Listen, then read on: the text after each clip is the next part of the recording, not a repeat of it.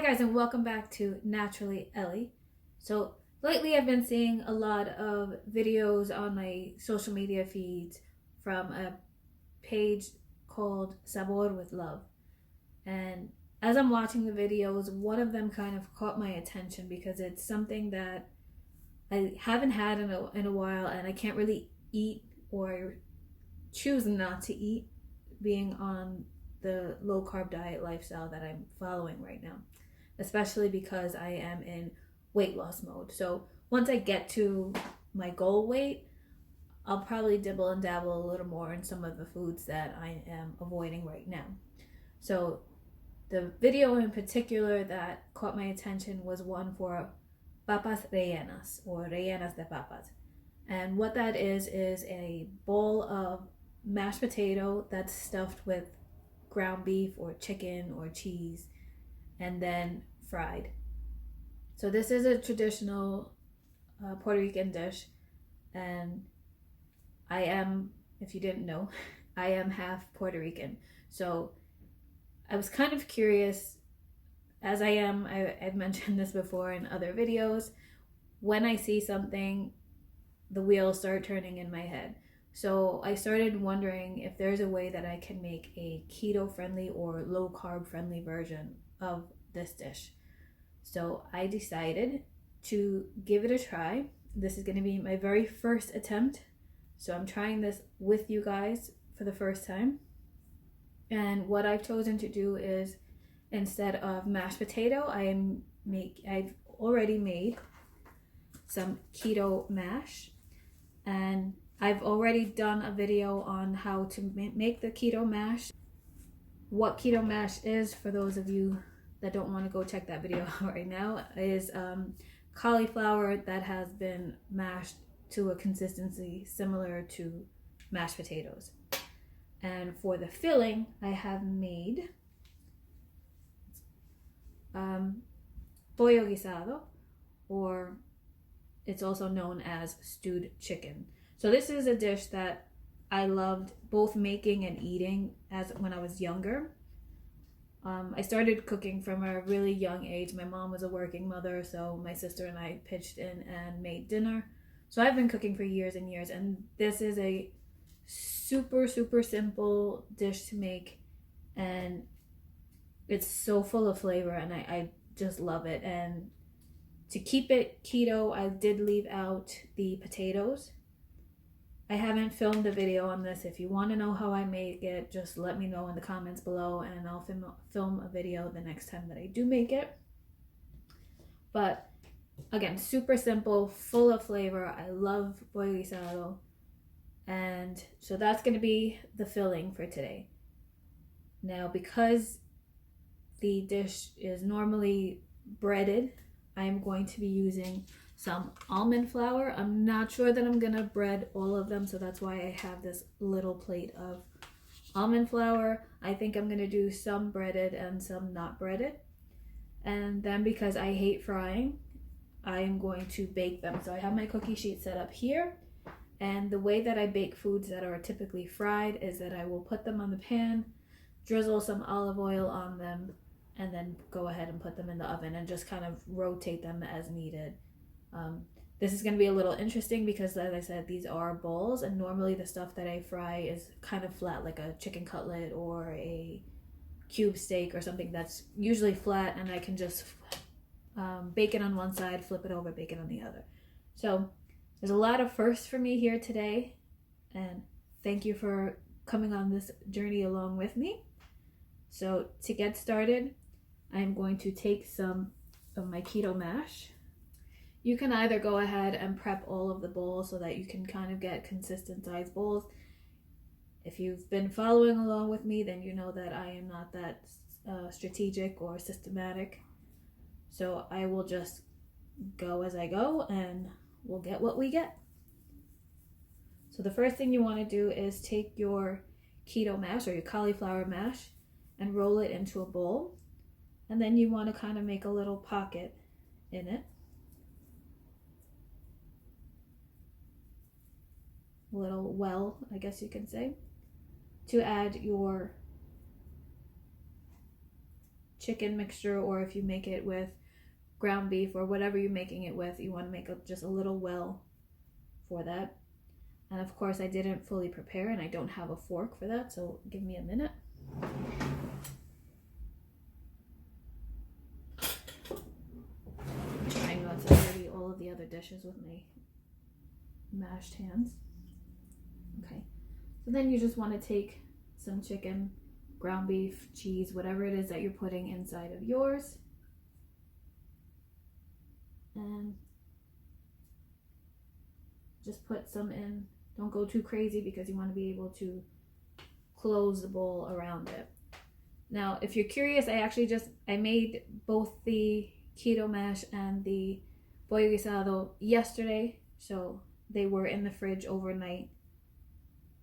And I think I put too much in here, and this is why I don't like to go ahead and boil everything up ahead of time, because now I can just take some extra and just kind of close up my hole here.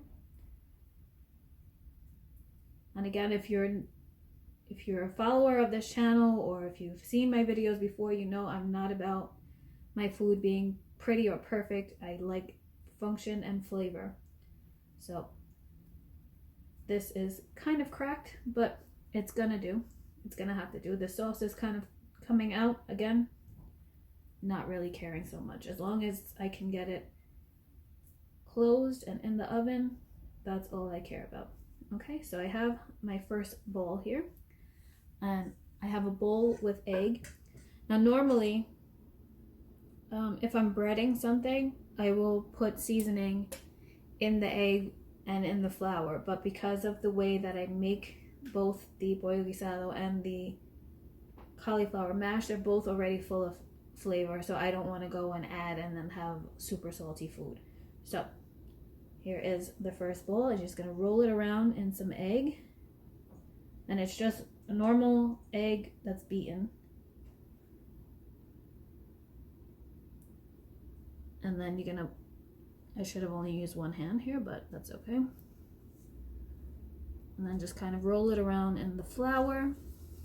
And you can't even see me doing it. So once you have it in the egg, you roll it around in the flour. Try not to open it up as you're doing that. And I just spilled some, making a mess. That's the fun of cooking, right? You make all kinds of mess.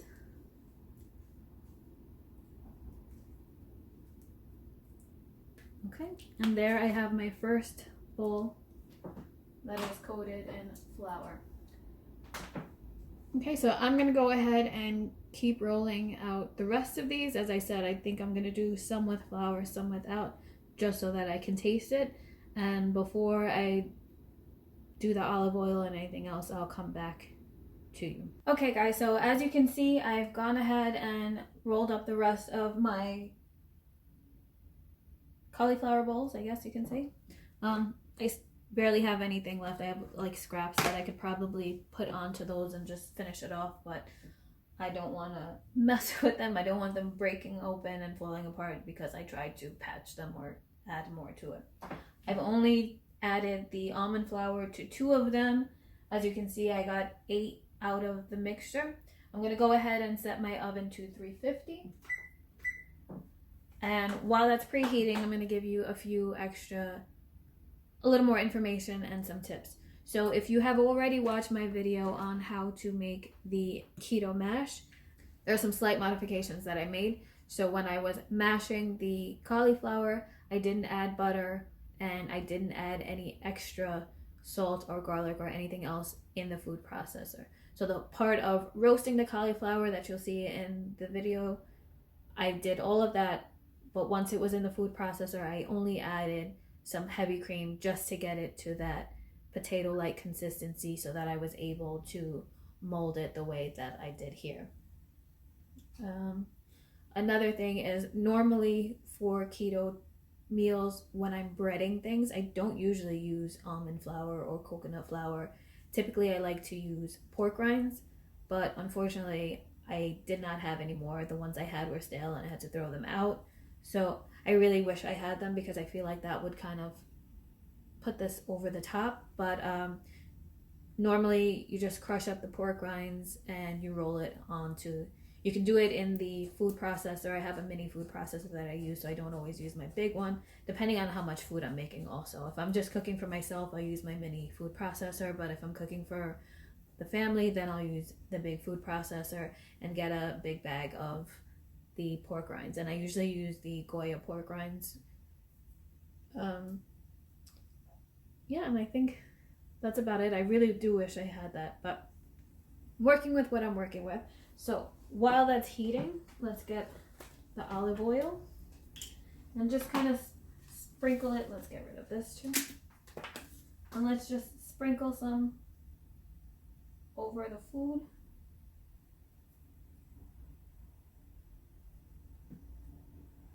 You want a decent coating because wherever the olive oil is going to touch the food, that helps it to get a nice crispy golden color.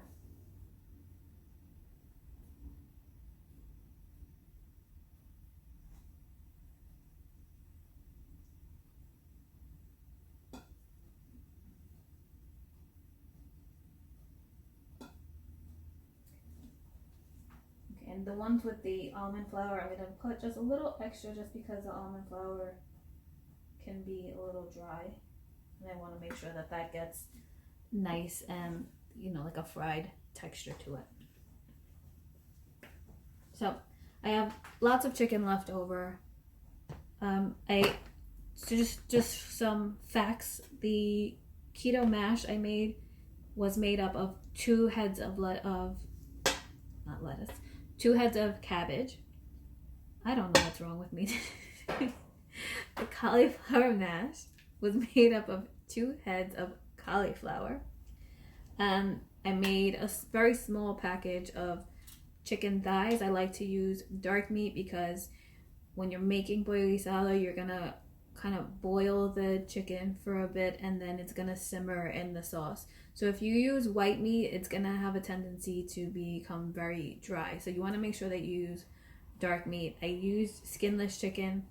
If I were to just be eating the chicken, I don't care if it's skinless or if it has skin. Either way is fine. Normally I'll get full size thighs. You can use drumsticks. This time, as I said, I used very small thighs and they were skinless. And I got the skinless ones just because I knew that I wanted to shred the meat. Normally, if I make the boilie salad for dinner, I'll leave the thighs whole and I'll just serve that with, in the past, I would eat it with rice. Now I'll just have some cauliflower rice and pour the sauce over the cauliflower rice. Just make sure that that has flavor. So I have, as you can see, I still have a good amount left, so I can just go ahead and pair that with some cauliflower rice that I have for another meal. You also want to make sure that if you're doing this, as I've said in other videos before, when you're preparing low carb keto natural meals at home, they do not have preservatives. So you want to make sure that if whatever you're making, you can eat it within at least 2 to 3 days, because there are no preservatives in your food. They're going to go bad faster. So either you can eat it within 2 or 3 days, or you're going to freeze it to eat within like the week, I would say. Especially something like this, that's cauliflower, a vegetable. You don't want to freeze it too long. Chicken is chicken, you know, however you cook your chicken, whether you're on a low carb diet or regular diet or paleo, whatever type of diet you're on, chicken is chicken. And however you make it, you know that it's only going to last just a few days. So yeah, that's it. We're going to wait for this to finish preheating, and then I will put it in the oven. As I said, this is the first time I'm making it, so I'm not really sure how long I'm going to need to cook it. I'm going to try it out with about 20 minutes the first round, and then kind of just roll it around and keep putting it back in until it's a nice golden brown consistency. And I will make sure that I give you guys a heads up in the description below how long I actually cook them for, and I will be back once they're ready. Okay guys, so it's been in for the first round of 20 minutes and the timer just went off, so I'm going to take it out and let's see how it looks.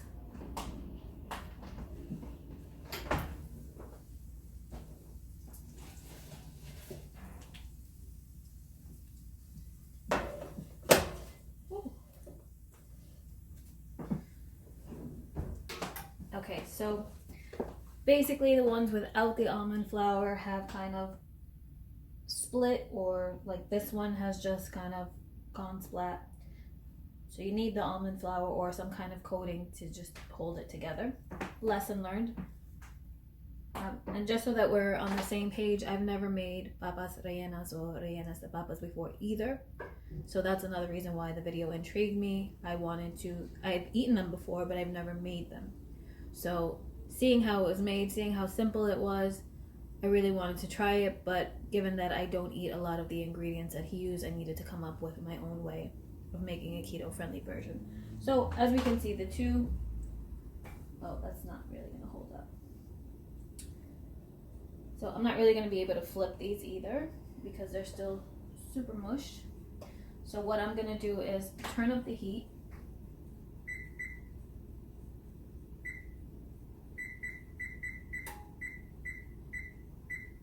Okay, so I've set my oven now to 450 and I will put them back in, and hopefully these with the coating will firm up a bit more so that I can actually pick them up, because right now if I try to move it, it's going to fall apart on me. So as I said, some of these are just split, like there's a little split here, a little split there, but then others are completely mush. It's just a pile of goo. So once the oven reaches the right temperature, I'll put them back in 10, 15, 20 minutes, I'm not sure yet, and I will let you know how they turn out. Okay guys, so I've had that in the oven for 15 minutes at 450. I had to turn the oven off because my smoke alarm is extremely sensitive, and I had to turn off the vent just so that you guys could hear me speaking right now. So hopefully it won't start going off again once I open the oven, but let's keep our fingers crossed and take a look at how it turned out.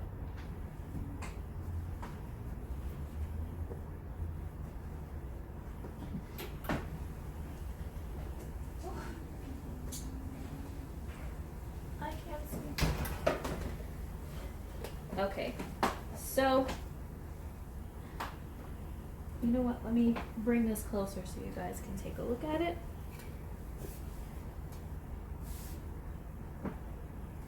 So even the ones that are floured have kind of fallen apart on me now. So as you can see, they're big, just blobs of food. So I think I'm just gonna have to get over my issue with frying and try frying them next time, and make sure that I have my pork rinds, because I think that texture is exactly what's needed to keep them together. So I'm gonna have to let these cool before I can even try them. They're smoking right now. But while I wait for them to cool so that I can try them and let you know how they taste at least, I just wanted to say a few things. So I'm not going to have a recipe to share, not because this failed, but because, as I mentioned, I already have a video on how to make the keto mash. If you want me to make a video on how to do the pollo guisado, let me know in the comments below and I'll share that. But cooking is highly, highly personal, and while I do share some recipes, they're either recipes that I've gotten online and I'm trying with you guys, or I'll get the recipe and then I'll tweak them to my personal taste. A lot of what I do in the kitchen has been deemed concocting because I like to just experiment with things like I did today. Not every experiment works. Most of the time though, it's pretty good. This is just because this is something way out there from something that I never even tried making the original version of. But yeah, so next time I'll make sure I have pork rinds, because the part that is floured has a decent texture to it, I guess you could say. But because I had it in the oven rather than frying it and making sure it held that texture quicker, it fell apart on me. So I'll try frying it in coconut oil next time, and I'll film that with you guys as well so that I can show you whether or not it works. So sorry, I'm a little out of breath because I was doing some exercises while I was waiting for this. I've mentioned before that the while I'm cooking, that is my gym. And while today is not arm day because I was not stirring anything, I was working out my abs and my glutes. So just to give you a little feedback, I don't work out. I don't really exercise. I used to go to the gym and do yoga and Pilates, and I loved those classes, but the gym that I went to shut down.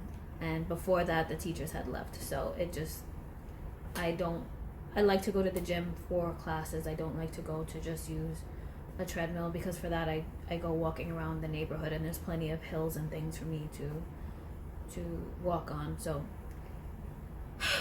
excuse me. So while I'm in the kitchen, while I'm waiting for the oven, I like to do, especially when I'm home alone, I like to do some workouts. So I was doing some knee raises to target my lower abs because I have a little pooch there, and obviously I wasn't doing the jumping ones because you can hear the floor creaking. So as I'm, I don't need my neighbors downstairs complaining because I'm this overweight chick is hopping around upstairs, and they're scared she's gonna fall through the ceiling.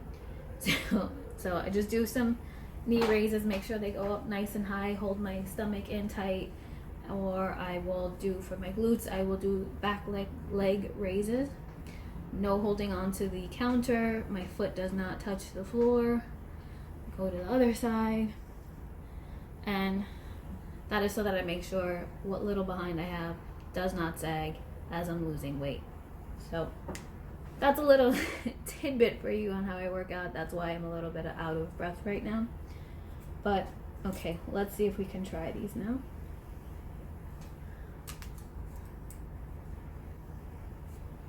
So I'm gonna try the one with the almond flour first. I don't know if you can see that. Yeah, you can see that smoke coming off of there, so gotta let that cool a little bit.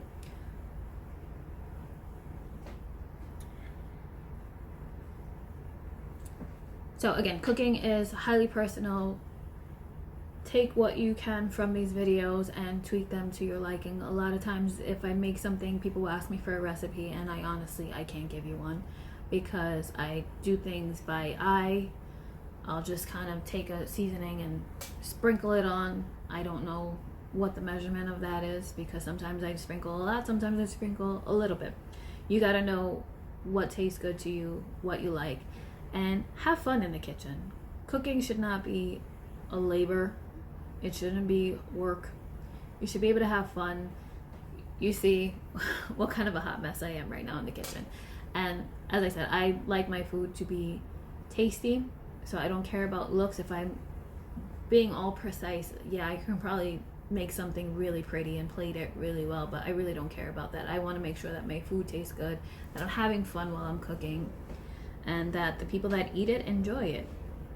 So my kids love my food. They say I'm the best cook they know, and maybe that's just because I'm their mom and they eat my food more than anybody else's, but I'll take it where I can get it. And I have baked for other people, and every time I make something for anybody else, they always give me great feedback on the food. So again, play around, have fun, learn what works for you, learn your kitchen, because even every kitchen is different. We can both have the same oven, but because I'm higher up in my apartment building, I may need to leave things in longer or at a higher temperature. Same with my microwave. Elevation levels will change how you cook. So learn your kitchen, learn what you like, and have fun. So with that said, it's still a little bit smoking, but let me try this now.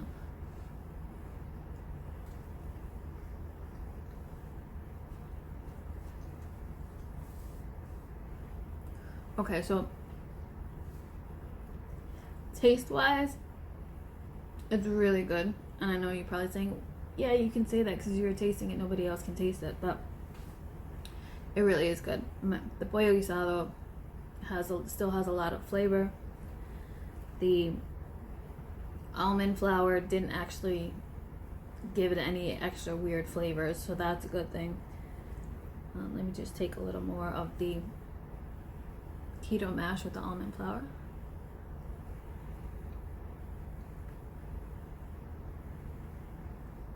yeah, so the almond flour just gave it that structure that it needed.